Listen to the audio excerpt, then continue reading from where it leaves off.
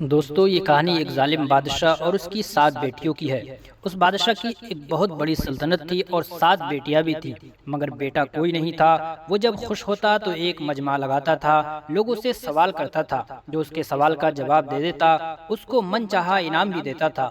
ایک دن بادشاہ نے اپنی بیٹیوں کو بلا کر کہا، میں تم سے ایک سوال پوچھوں گا اور اگر جواب اچھا لگا تو تمہارا من چاہا انعام بھی دوں گا۔ سب لائن میں کھڑی ہو جاؤ اور ایک ایک کر کے بتاؤ کہ تم کس کا دیا کھاتی ہو اور کس کا دیا پہنتی ہو۔ ان 7 میں سے 6 بیٹیوں نے کہا، ابا حضور آپ کا دیا کھاتے ہیں اور آپ کا دیا پہنتے ہیں اور آپ کی وجہ سے ہماری یہ شان و شوکت ہے۔ یہ سن کر بادشاہ بہت خوش ہوتا ہے اور سب کو ان کی من پسند چیزیں دے دیتا ہے۔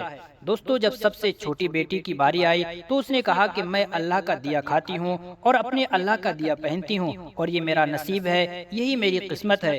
دوستو بادشاہ یہ سنتے ہی بہت غصہ ہو گیا اور کہنے لگا، اے کمبخت تو نے میری ناشکری کی ہے، تجھے اس کی سزا ضرور ملے گی۔ شہزادی نے کہا، جو حکم ابا حضور۔ بادشاہ نے سپاہیوں کو حکم دیا کہ جاؤ اسے جنگل میں چھوڑ آؤ، میں دیکھتا ہوں کہ یہ میرے بغیر کیسے اللہ کا دیا کھاتی ہے اور اپنے نصیب کا پہنتی ہے۔ بادشاہ نے شہزادی سے تمام زیورات واپس لے لیے اور خستہ حال کپڑوں میں بغیر کسی ساز و سامان کے جنگل میں تنہا چھوڑ دیا گیا۔ لیکن شہزادی بہت پرسکین مطمئن تھی اور اپنے اللہ پر بھروسہ رکھتی تھی، جو اس نے رزق اور عیش و عشرت اس کے نصیب میں لکھی ہے وہ ضرور ملے گی۔ جب سپاہی شہزادی کو چھوڑ کر واپس چلے گئے، شہزادی جنگل کو دیکھنے لگی کہ چاروں طرف درخت ہی درخت تھے اور دوپہر سے شام ہونے والی تھی کہ شہزادی نے سوچا کیوں نہ کچھ لکڑیاں جمع کر لی جائیں تاکہ رات گزر سکے اور جنگلی جانور بھی اس کے پاس نہیں آئے۔ شہزادی جنگل میں لکڑیاں ڈھونڈنے نکل پڑی۔ اس کی نظر ایک جھوپڑی پر پڑی جہاں ایک بکری بندھی ہوئی تھی اور اندر سے کھانسنے کی آواز آ رہی تھی۔ پہلے تو شہزادی بہت حیران ہوئی کہ اتنے ویران جگہ پر یہ جھوپڑی کیسی پڑی ہے، لیکن جب وہ جھوپڑی کے اندر داخل ہوئی تو کیا دیکھتی ہے کہ ایک بوڑھا چارپائی پر لیٹا ہوا ہے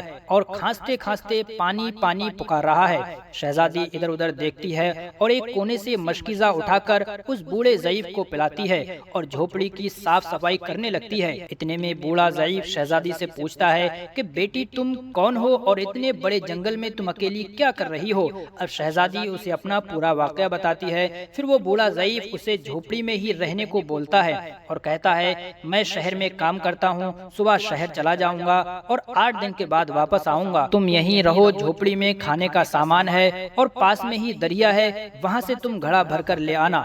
دوستو صبح کو جب بوڑھا ضعیف شہر چلا جاتا ہے تو شہزادی اس بکری کا دودھ نکالتی ہے، آدھا دودھ خود پیتی ہے اور آدھا جھوپڑی سے باہر ایک کونے میں رکھ دیتی ہے، یہ سوچ کر کہ رات کو کوئی جانور بھوکا یا پیاسا ہوگا تو پی لے گا، اور خود اندر جا کر سو جاتی ہے۔ صبح سویرے جب شہزادی اٹھتی ہے تو کیا دیکھتی ہے کہ دودھ کا برتن خالی ہے اور اس کے پاس ایک لال رنگ کا ہیرا موجود ہے جو قیمت میں بہت ہی نایاب اور قیمتی معلوم ہوتا ہے، اور پاس میں ہی سانپ کے نشان بھی موجود ہیں۔ پھر شہزادی کو یاد آتا ہے کہ بچپن میں اس نے سنا تھا کہ جب کوئی نایاب سانپ بہت خوش ہوتا ہے تو ایک ایسا لال اگلتا ہے کہ جس کی قیمت ہیرے جواہرات سے بھی بہت مہنگی ہوتی ہے۔ شہزادی بہت حیران ہوتی ہے اور دل میں سوچتی ہے کہ شاید سانپ بھوکا تھا، اسی لیے وہ دودھ پی کر خوشی میں لال چھوڑ گیا۔ پھر وہ لال اٹھا کر اپنے پاس رکھ لیتی ہے اور پھر اگلی رات شہزادی برتن میں دودھ رکھ دیتی ہے اور اگلی صبح بھی ایک لال پڑا دیکھتی ہے۔ ایسے ہی کرتے کرتے 7 دن گزر جاتے ہیں اور شہزادی کے پاس 7 لال جمع ہو جاتے ہیں۔ پھر 7 دنوں کے بعد جب بوڑھا ضعیف آتا ہے تب شہزادی اسے لال دکھاتی ہے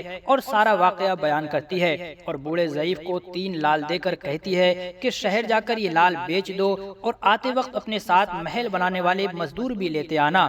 باقی 4 لال شہزادی اپنے گلے میں مالا بنا کر پہن لیتی ہے اور کچھ مہینوں میں جنگل میں ایک عالیشان محل تیار ہو جاتا ہے جس میں بوڑھا ضعیف اور شہزادی رہنے لگتے ہیں۔ ایسا خوبصورت محل جس میں ہر آرائش، نوکر چاکر، دنیا کی تمام نعمتیں موجود ہو جاتی ہیں۔ شہزادی جنگل میں لکڑی کی ایک فیکٹری لگا دیتی ہے جس میں غریب لوگ کام کرنے لگتے ہیں۔ دیکھتے ہی دیکھتے جنگل ایک بڑا شہر بن جاتا جاتا ہے اور دور دور تک دھوم مچ جاتی ہے کہ شہزادی بہت رحم دل ہے۔ یہ خبر جیسی ہی اس بادشاہ تک پہنچتی ہے تو بادشاہ کے دل میں یہ چاہت ہوتی ہے کہ دیکھوں تو صحیح کون سے ملک کی شہزادی ہے جس کی اتنی تعریفیں ہو رہی ہیں۔ بادشاہ سپاہیوں کے ہاتھ پیغام بھیجتا ہے۔ شہزادی کے سپاہی جب شہزادی کو بتاتے ہیں تو شہزادی حکم دیتی ہے کہ بادشاہ سلامت ایک ہی شرط پر ہم سے مل سکتے ہیں اور وہ اپنی تمام بیٹیوں کو ساتھ لے کر آئیں۔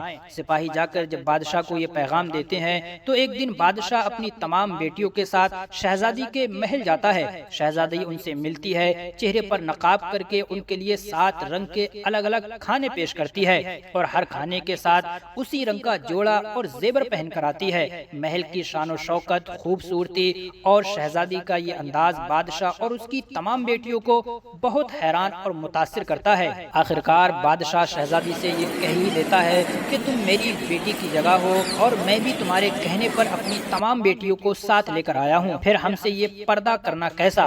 بہت اصرار کرنے پر شہزادی کہہ دیتی ہے کہ ٹھیک ہے، میں تیار ہو کر آتی ہوں۔ سب شہزادیاں آپس میں سرگوشی کرنے لگتی ہیں کہ اتنی تو تیار ہے، اتنے مہنگے زیورات پہنی ہے، اب اور کتنا تیار ہو کر آئے گی۔ اتنے میں کیا دیکھتے ہیں کہ دور سے خستہ حال کپڑوں میں کوئی آ رہا ہے اور غور کرنے پر بادشاہ کو یاد آتا ہے یہ تو ابھی تک زندہ ہے، میں تو سوچتا تھا کہ اسے جنگلی جانور کھا گئے ہوں گے اور میں نے اپنے سپاہیوں کو اس کی خبر لینے کے لیے بھیجا تھا تو انہوں نے ہی مجھے بتایا تھا کہ وہاں شہزادی کا کوئی نام و نشان نہیں ہے، تو یہ کیسے ممکن ہے؟ بادشاہ خوشی سے جھوم اٹھتا ہے اور کہتا ہے کہ شہزادی کو بلاؤ، میں تمہیں شہزادی سے آزاد کروا کے لے جاؤں گا اور شہزادی تمہاری قیمت میں چاہے میری ساری بادشاہت ہی کو کیوں نہ مانگ لے، میں تم کو آزاد کروا کر لے جاؤں گا۔ یہ سنتے ہی شہزادی بولتی ہے کہ نہیں ابا حضور، میں ہی وہی شہزادی ہوں اور میں یہی تو کہتی تھی کہ میں اللہ کا دیا کھاتی ہوں اور اپنے نصیب کا پہنتی ہوں، بس اسی اللہ نے مجھے کہاں سے کہاں پہنچا دیا کہ آج میں آپ سے بھی زیادہ امیر بن گئی ہوں۔